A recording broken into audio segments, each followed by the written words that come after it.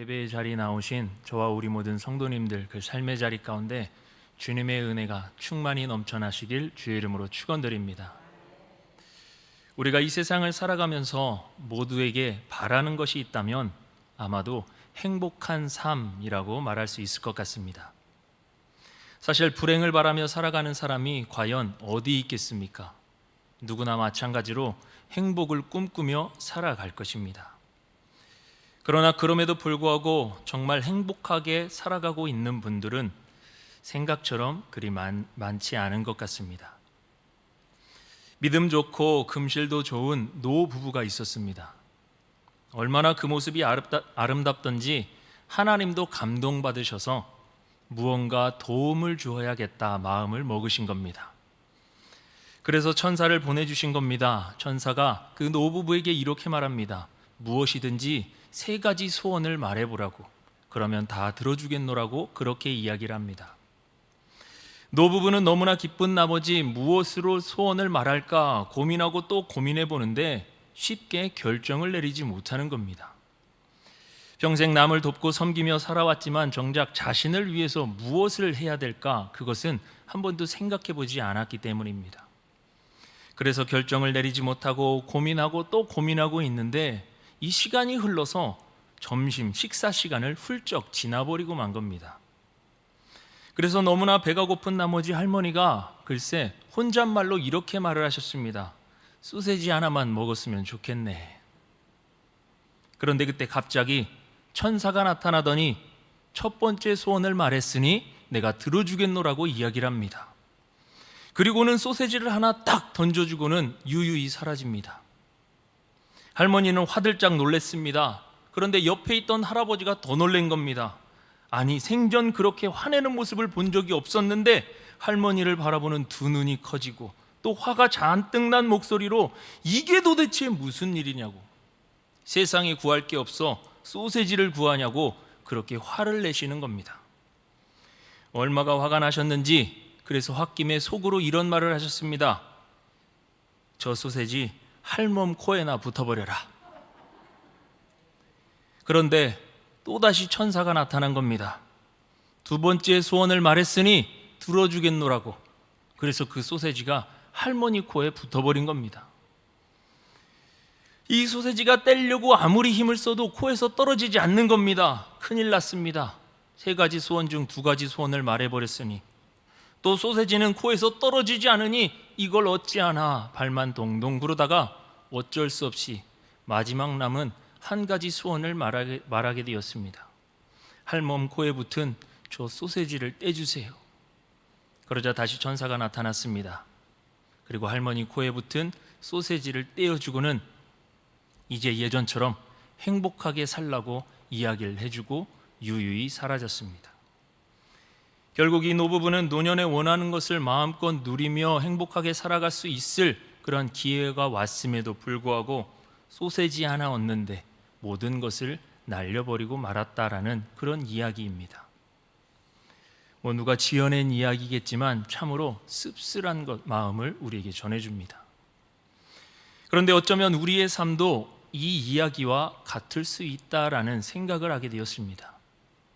크고 좋은 것들을 꿈꾸며 나아가지만 이렇게 소세지 하나와 같은 허탈한 결과만 남는 게 우리의 삶이 아닐까라고 말입니다.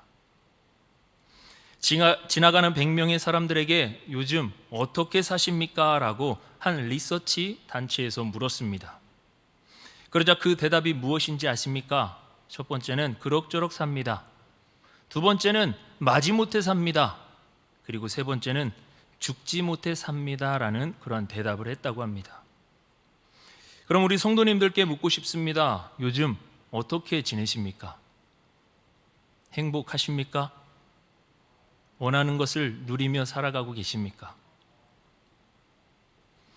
가만 보면 우리는 행복을 추구하며 살아가고 싶지만 이 세상은 점점 불공평해지는 것 같습니다. 예전에는 그렇지 않았습니까? 정말 열심히 살면 그에 따른 보상이 주어졌는데요. 시편 128편 말씀처럼 손이 수고한 대로 먹는 그러한 일들이 있었는데 요즘은 그렇지 않은 세상이 되어져 가는 것 같습니다. 열심히 일해도 임금은 점점 밀리고, 나를 세워가면서 직장 생활하는데도 가정과 경제, 그 경제는 회복될 기미가 보이지 않습니다. 또 가정에서는 언제 행복한 웃음소리가 들렸는지 이젠 까마득한 그러한 아련한 추억으로만 흘러져 가는 것 같습니다. 그러다 보니 마음에 드는 생각이 무엇입니까? 열심히 해도 안 되나 보구나. 이런 허탈감만 드는 게 오늘날의 현실이 아닐까라는 그러한 생각을 하게 됩니다. 그래서 어떻습니까? 많은 성도님들은 이러한 현실 앞에 우울해지고 지친 마음을 달래보자고 이렇게 교회에 나와서 예배드리며 말씀으로 위로받고 기도로 힘을 얻어 다시 세상을 향해 힘차게 나아가는데 어떻습니까? 경제 좀 나아지셨습니까? 살림살이 좀 좋아지셨습니까? 기도한 것들 다 응답 받으셨습니까? 여전히 경제 회복은 꿈쩍하지도 않습니다. 그리고 또 새해에 기도했던 그 기도의 제목들은 여전히 풀리지 않고 해결되지 않은 기도의 제목으로 우리에게 남아 있습니다. 그래서 어쩌면 우리의 처진 어깨를 더욱더 축 처지게 만드는 것인지도 모르겠습니다. 우리 하나님은 이런 분이십니다 라고 하면서 하나님의 속성, 하나님의 성품을 나타내는 표현 중에 공평하신 하나님이라는 말이 있습니다. 그런데 사실 알고 보면 하나님은 공평한 분이 아니라 불공평한 분이십니다. 당장 어린 아이들만 봐도 어떤 아이들은 정말 유복한 집에서 태어나 부족함 없게 살아가는 반면 어떤 아이들은 정말 가난한 집에서 원하는 것 하나도 할 수 없는 그러한 불쌍한 형편에서 자라나는 아이들도 있다라는 겁니다. 또 북한 아이들과 아프리카 아이들을 생각해봐도 그런 아이들에게는 더욱이 하나님은 불공평한 분이신 건 더 확실해지는 것 같습니다.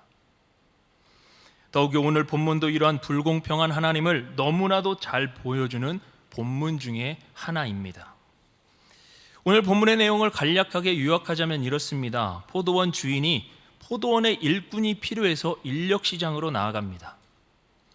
그리고는 이른 아침 6시에 품꾼을 들이고 또 오전 9시, 낮 12시, 오후 3시, 그리고 마지막으로 오후 5시에 가서 일꾼을 드립니다.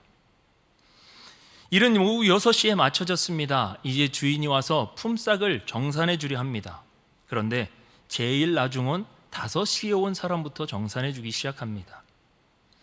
제일 마지막 사람이나 그런데 제일 처음에 온 사람이나 모두 똑같이 한 데나리온씩을 주인은 그들에게 품삯으로 주었습니다. 이 모두에게 똑같은 그러한 대우를 해준다라는 것 생각해 보면 얼마나 불공평한 처사입니까? 서늘한 시간에 와서 고작 1시간 일한 사람이나 또 오랫동안 그렇게 일을 한 사람이나 모두 같은 품삯을 받는다라는 것, 이게 어찌 공정하고 이해되는 일이겠습니까? 이건 너무나 불공평한 처사라는 것입니다. 그런데 오늘 본문의 이 이야기는 마치 오늘날의 그 현 주소를 너무나도 극명하게 보여주는 그러한 말씀인 것 같습니다. 잘난 사람 잘난 대로 살고 못난 사람 못난 대로 산다는 이 불공평한 세상 말입니다. 개천에서 용난다라는 그런 말 들어보시지 않았습니까? 그런데 이 말도 이젠 옛말입니다.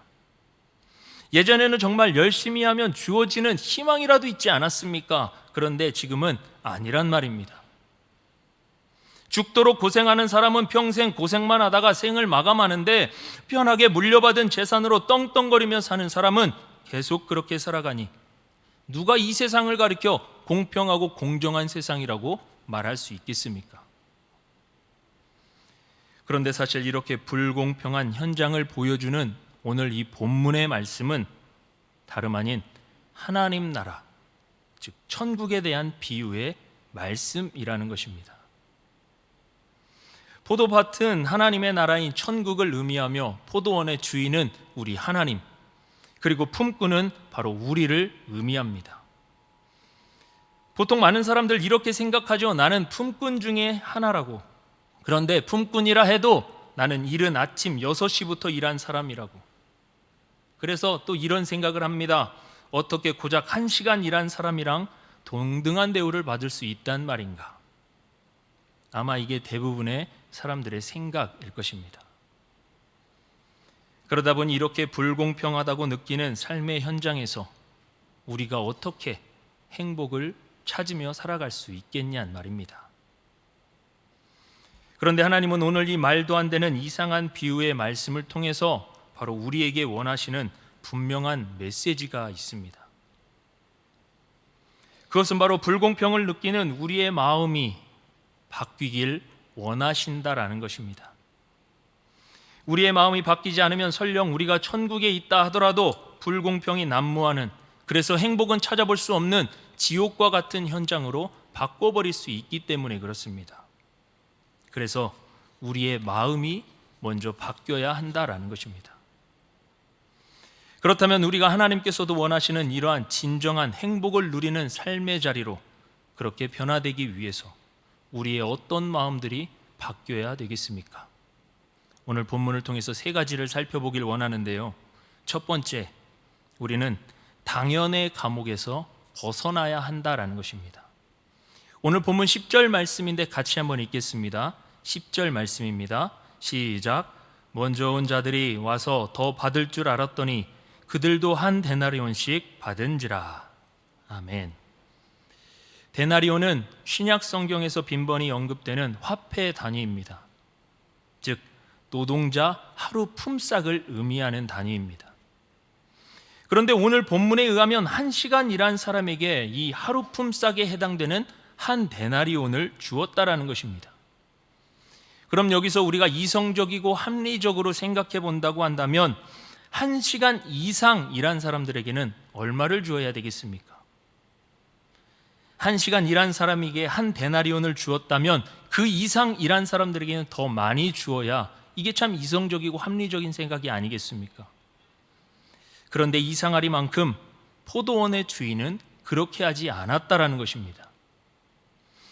요즘 같은 때 이렇게 한다면 노동 착취로 신고당하기에 딱 좋습니다. 그런 말이 있습니다. 열정페이. 열정과 페이가 합쳐진 신조어로 요즘 청년들에게 일에 대한 경험을 주는 것으로 그 월급을 대신한다 해서 생긴 말입니다. 그런데 오늘 본문이 바로 이렇게 불공정한 노동 착취의 현장을 보여주고 있다라는 것입니다. 그러면 이런 불공정한 현장이 어떻게 천국의 모습이라는 것이겠습니까? 분명 이 말씀은 천국을 말씀하고 있는데 우리가 느끼기엔 너무나 불공평한 현장인데 말입니다. 그런데 사실 이것이 불공정해 보인다면 이것은 바로 우리가 당연의 감옥 안에 갇혀져 있기 때문에 그렇게 보인다라는 것입니다. 당연의 감옥이 무엇입니까? 나는 당연히 걸어야 되고, 나는 당연히 봐야 되고, 나는 당연히 들어야 된다고 생각하는 것입니다. 내가 이렇게 일했으니까 당연히 그의 정당한 대가를 받아야 한다. 이것은 너무나 당연한 일입니다. 누구도 의심하지 않습니다. 왜냐하면 당연한 것이기 때문에 말입니다. 그런데 우리가 지금 이 당연의 감옥 안에 갇혀 있기 때문에 두 다리로 걷는 것에 대해 감사하지 못하고 또 두 눈으로 볼 수 있는 것에 대해 감사하지 못한다라는 것입니다. 사실 지금 품삯이 많고 적고가 중요한 게 아니라 나를 일하는 곳에 써주셨다라는 것에 우리는 감사해야 되는데 되려 불만을 표출하고 있다라는 사실입니다. 오늘 본문을 통해 분명히 우리가 알아야 될 것은 바로 천국의 진리는 이와 같아야 된다. 바로 그것은 당연한 것을 감사로 여길 줄 아는 마음이 있어야 한다는 것을 말씀해 주십니다. 그럴 때 그 자리가 천국이 되고 행복한 삶의 자리로 변화되기 때문에 그렇습니다. 한 번쯤 이 사람의 이름을 들어보셨을지 모르겠습니다. 오프라 윈프리라고 말입니다. 전 세계 132개국 중 1억 4천만 명 시청자를 울고 울렸던 오프라 윈프리 쇼의 진행자입니다. 얼마나 유명한지 그녀의 이름을 따서 프로그램을 만들고 또 다큐에서도 또 자서전에서도 나올 정도까지 정말 유명한 사람입니다. 또 그녀는 20세기 가장 부자인 흑인계 미국인으로 꼽혔고 또 세계에서 유일한 흑인 억만장자입니다. 그녀는 세계에서 가장 영향력 있는 여성으로 불렸고 또 인종과 성의 장벽을 뛰어넘어 성공을 이룬 대스타로 모든 사람의 부러움을 사고 있습니다. 그런데 그러한 그녀는 과거 지옥과 같은 환경에서 태어났고 자랐습니다. 절망의 상황에서 말입니다. 그렇지만 신앙을 통해서 그것을 극복하고 회복해서 수많은 절망과 좌절 가운데 있는 이들에게 희망을 던져주고 있다라는 것입니다. 아마 이 오프라 윈프리는 세계에서 가장 바쁜 사람 중에 한 명일 겁니다. 그러나 그렇게 바쁜 일과 속에서도 그녀가 하루도 빼먹지 않고 하는 일이 있는데 그것은 바로 날마다 감사 일기를 쓰는 것입니다. 몇 가지 소개해드리면 그 내용이 이렇습니다. 오늘도 거뜬하게 잠자리에서 일어날 수 있어서 감사합니다. 유난히 눈부시고 파란 하늘을 볼 수 있어서 감사합니다. 점심때 맛있는 스파게티를 먹게 해주셔서 감사합니다. 친구를 만나 즐겁게 수다 떨 수 있게 해주셔서 감사합니다. 좋은 책 읽었는데 그 책을 써준 작가에게 감사합니다. 어떻게 보면 너무나 당연한 것들이지 않습니까? 그냥 지나쳐도 아무렇지도 않을 그런 일들입니다. 그런데 그녀는 아주 작은 일상 속에서 이러한 감사의 제목을 찾고 기록했다라는 것입니다. 결국 그녀의 삶의 활력소이자 힘의 원천인 이 감사가 그녀의 삶을 절망에서 감사로 바뀌게 되었고 감사의 기적을 누리게 되었다라는 그녀의 고백을 우리는 한 번쯤 들어보셨을 겁니다. 당연한 것을 감사로 여길 줄 아는 마음, 이것이 바로 우리의 삶의 자리를 행복하게 만드는 첫 번째 열쇠라는 것입니다. 저와 우리 모든 성도님들, 우리는 얼마나 그 당연한 것들을 감사로 여기며 그렇게 고백하고 계십니까? 오늘 이렇게 우리가 예배의 자리에 나올 수 있는 것도 하나님께 감사할 수 있는 것이고, 하나님께서 오늘도 숨을 쉬면서 하나님을 찬송할 수 있게 해주신 것도 우리가 감사할 수 있는 그러한 제목이지 않겠습니까? 당연하다고 다 치부해버리는 것이 아니라 하나님께서 당연함을 통해서 놀라운 감사의 제목을 허락해 주셨다라는 그러한 놀라운 축복의 비결로 바꾸심으로 말미암아 행복한 삶을 살아가시는 저와 우리 모든 성도님들 다 되실 수 있기를 주의 이름으로 축원드립니다. 두 번째로, 행복한 삶을 살아가기 위해서는 우리 안에 있는 그 비교의식을 버려야 된다, 이렇게 말씀합니다. 본문 12절 말씀인데 같이 한번 읽겠습니다. 12절입니다. 시작. 나중 온 사람들은 1시간밖에 일하지 아니하였거늘 그들은 종일 수고하며 더위를 견딘 우리와 같게 하였나이다. 아멘. 오늘 본문을 보면 먼저 온 폼꾼들이 화를 내면서 주인에게 원망을 합니다. 원망한 이유가 무엇입니까? 바로 노동시간을 고려하지 않은 불공정한 그 임금 지급 때문에 그랬습니다. 만약에 아침 일찍 일꾼들을 불러서 똑같은 시간에 똑같은 일을 시키고 똑같은 품삯을 주었더라면 아무런 문제가 되지 않았을 겁니다. 그러나 먼저 온 사람이나 한참 뒤에 온 사람이나 모두 똑같은 대우를 해주었기에 당연히 비교할 수밖에 없었고 여기에서 불만이 터져나오게 된 겁니다. 영국에서 행복 전문가 6명이 모여서 행복은 어디서 오는가라는 실험을 했다고 합니다. 그런데 그 실험 결과 인간의 행복과 불행은 바로 비교하는 것에서부터 시작된다라는 결론에 이르게 되었습니다. 한번 예를 들어보겠습니다. 우리가 100만 원을 받고 다른 사람이 200만 원을 받은 경우가 첫 번째이고요. 두 번째는 우리가 10만 원을 받았고 다른 사람이 1만 원을 받은 경우입니다. 첫 번째는 100만 원과 200만 원, 그리고 10만 원과 1만 원. 두 상황을 놓고 사람들은 어디에서 더 행복감을 느끼는지 아십니까?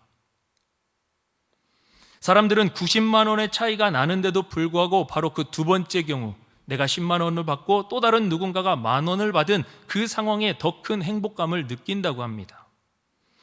결국 일이나 돈 자체보다는 다른 사람들과 비교를 통해서 내가 좀 더 나았을 때, 그럴 때 행복감을 크게 느낀다라고 그런 연구 결과가 나왔습니다. 이게 무엇이겠습니까? 이것은 바로 비교 의식입니다. 그런데 우리는 살아가면서 이 비교 의식 때문에 얼마나 불행한 길로, 불행한 삶으로 나아가는지 모르고 산다라는데 더욱 큰 문제가 있습니다. 어떤 학급에 아주 잘생겼는데 얼굴이 까만 아이가 있었습니다. 그런데 그 아이에게 짝이 생겼는데 얼굴도 예쁘고 하얀 친구가 짝이 된 겁니다.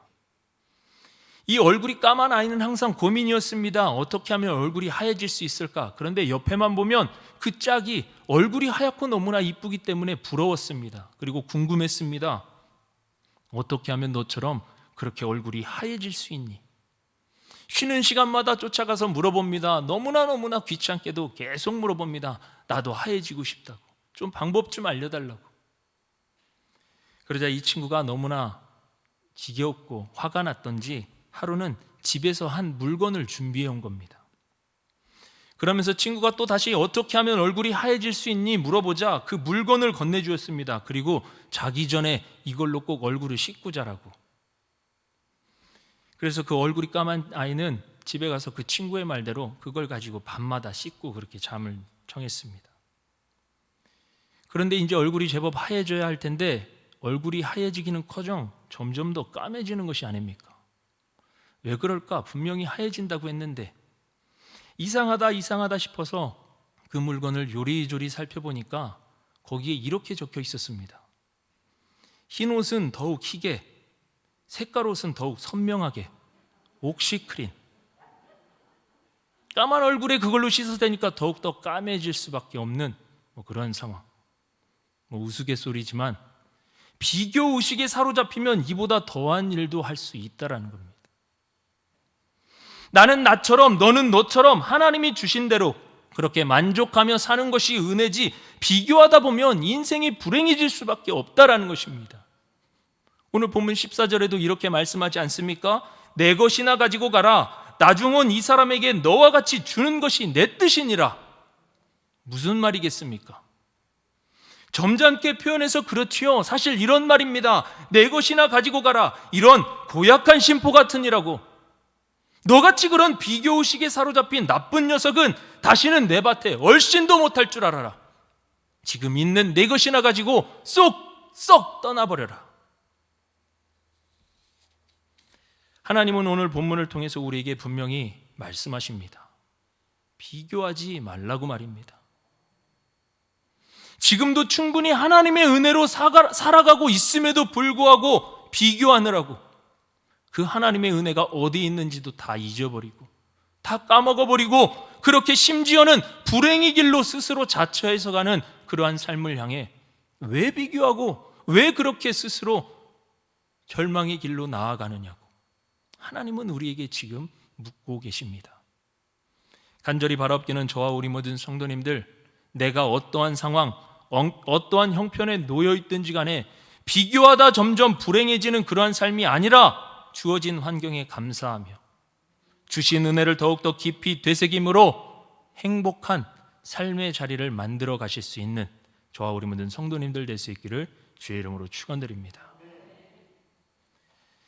마지막 세 번째로 우리가 행복한 삶을 살아가기 위해서는 우리는 한 가족, 한 공동체라는 의식이 있어야 한다라는 겁니다.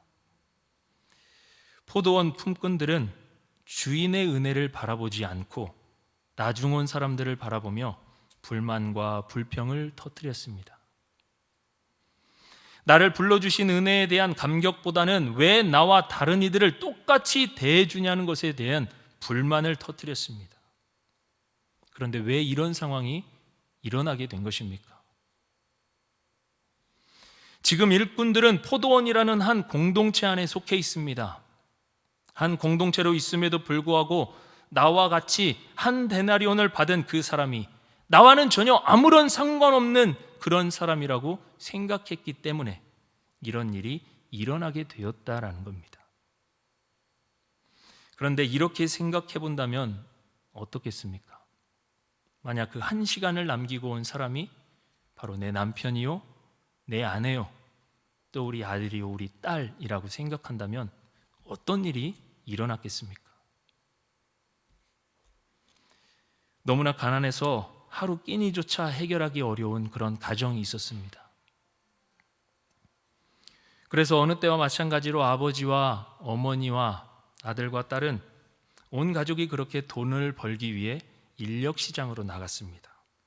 부디 누군가 오늘 하루만큼은 일꾼으로 써주길 그런 애타는 마음으로 말입니다. 그런데 잠시 후 한 농장에서 주인이 오더니 글쎄 아버지를 일꾼으로 데려가는 겁니다. 남겨진 어머니, 아들, 딸은 아버지 다치지 않게 조심해서 다녀오시라고 인사를 건넵니다.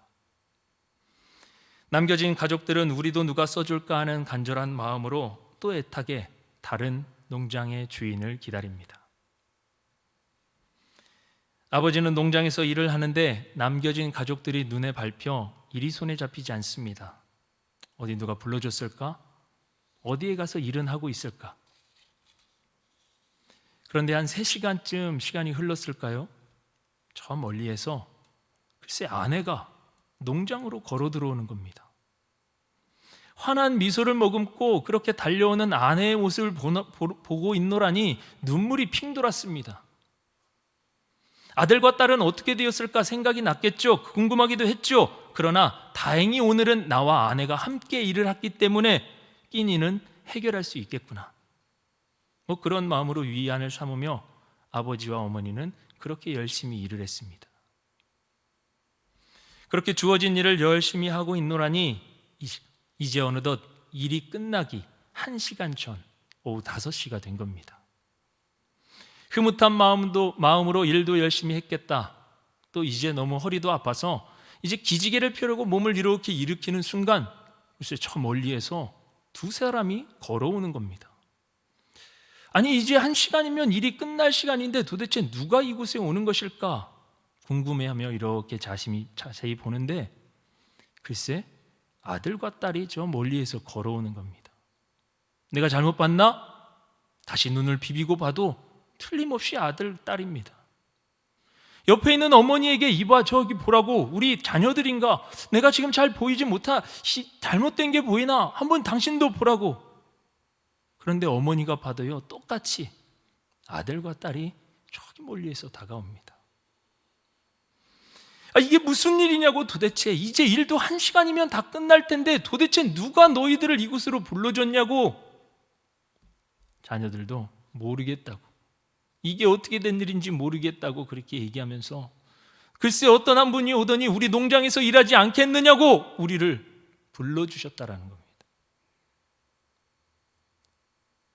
그래서 이 강원 가족들은 참으로 놀라운 일이지만 너무나 마음의 기쁨을 가지고 그렇게 농장에서 열심히 일을 했습니다. 남은 1시간 동안 열심히 기쁨으로 일했습니다.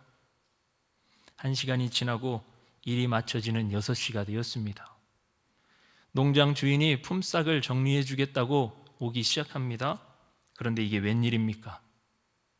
1시간도 채 일하지 않은 아들과 딸에게 글쎄 하루 품삯인 한 데나리온을 그 손에 쥐어주는 겁니다.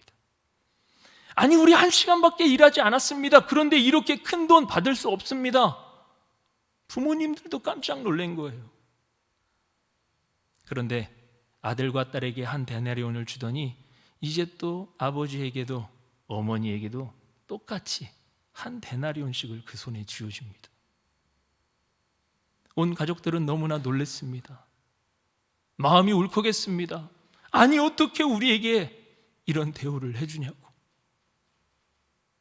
너무 감사하다고, 너무 고맙다고.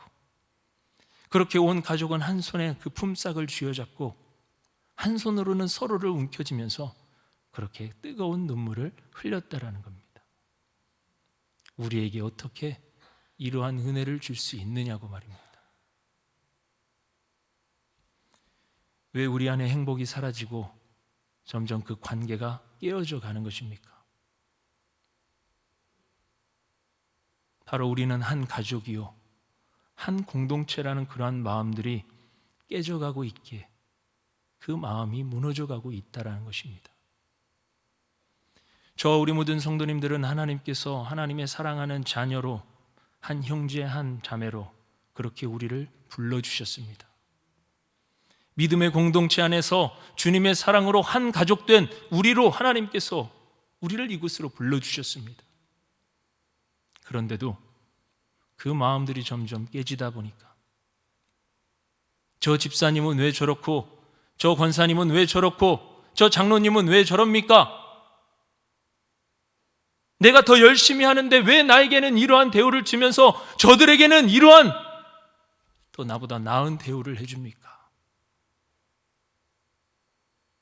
바로 우리 안에 그러한 주님 안에서 한 가족, 한 공동체라는 그러한 마음들이 사라지고 깨어져 가니 주님의 가족, 주님의 공동체가 무너져 가게 된다는 것입니다.